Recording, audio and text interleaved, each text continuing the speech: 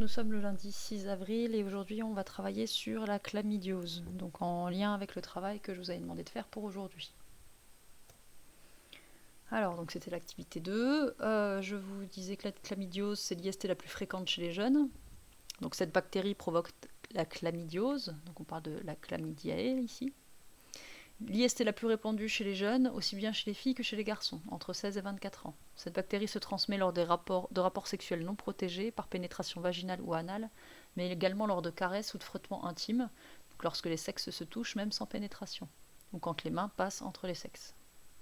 Le problème de cette IST est qu'elle est souvent longtemps asymptomatique.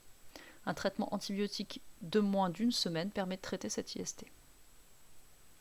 Donc je vous demande dans un premier temps de citer à l'aide du document le nom de l'agent infectieux responsable de cette maladie. Donc en fait, je vous demande la nature de la chlamydiae. Donc donc c'est une bactérie. Ensuite, je vous demande de chercher le sens du mot asymptomatique.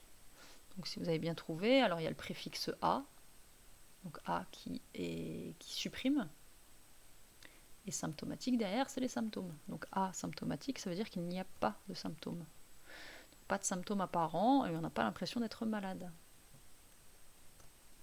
Je demande ensuite d'expliquer alors pourquoi la chlamydiose est l'IST la plus répandue chez les jeunes de 16 à 24 ans.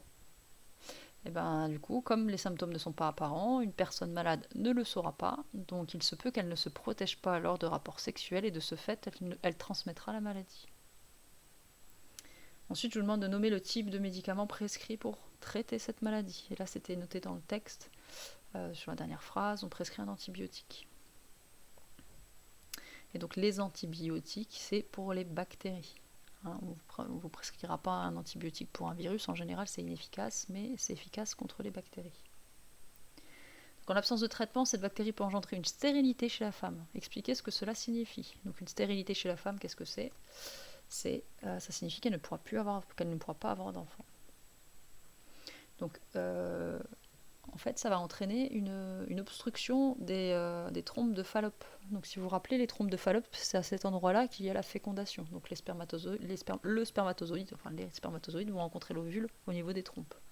Et donc, les trompes sont obstruées à cause de cette maladie-là. Donc, dans le cours, on va noter un grand 2, la chlamydiose, infection bactérienne. Donc la chlamydiose est une infection sexuellement transmissible d'origine bactérienne. Elle est asymptomatique, c'est-à-dire qu'elle ne provoque pas de symptômes apparents. Par contre, elle peut provoquer une stérilité chez la femme, et donc je vous ai précisé entre parenthèses une obstruction des trompes de Fallope.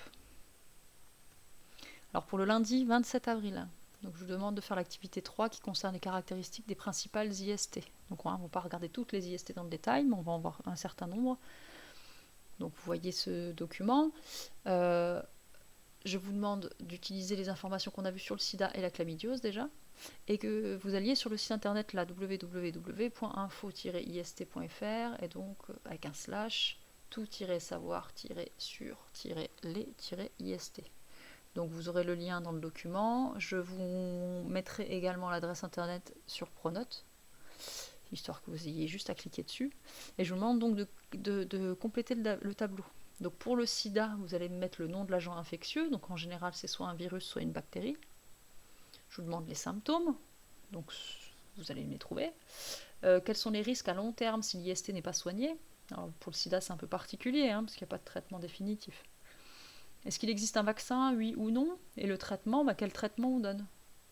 Donc vous avez le sida, la chlamydiose qu'on vient de voir, la blénorragie, l'hépatite B, les infections à papillomavirus. Donc vous allez sur le site internet qui ressemble à ça, donc vous voyez www.info-ist.fr, et vous avez donc différents éléments. Donc vous pouvez aller sur tout savoir sur les IST, là vous aurez beaucoup d'informations. Après vous pourrez aller un petit peu partout si vous voulez. Et donc si vous cliquez sur tout savoir sur les IST, vous tombez là-dessus.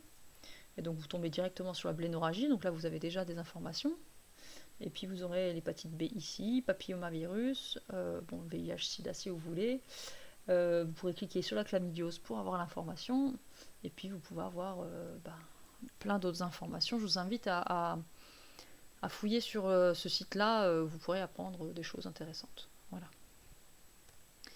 Donc je vous souhaite des bonnes vacances. Je vous dis à bientôt et donc profitez de ces vacances pour couper avec le lycée, hein.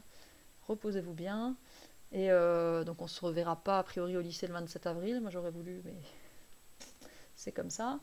Donc je pense qu'on se reverra en mai, mais en attendant, tenez bon, profitez bien de ces 2 semaines de vacances, et puis on se reverra en forme après quoi. À bientôt!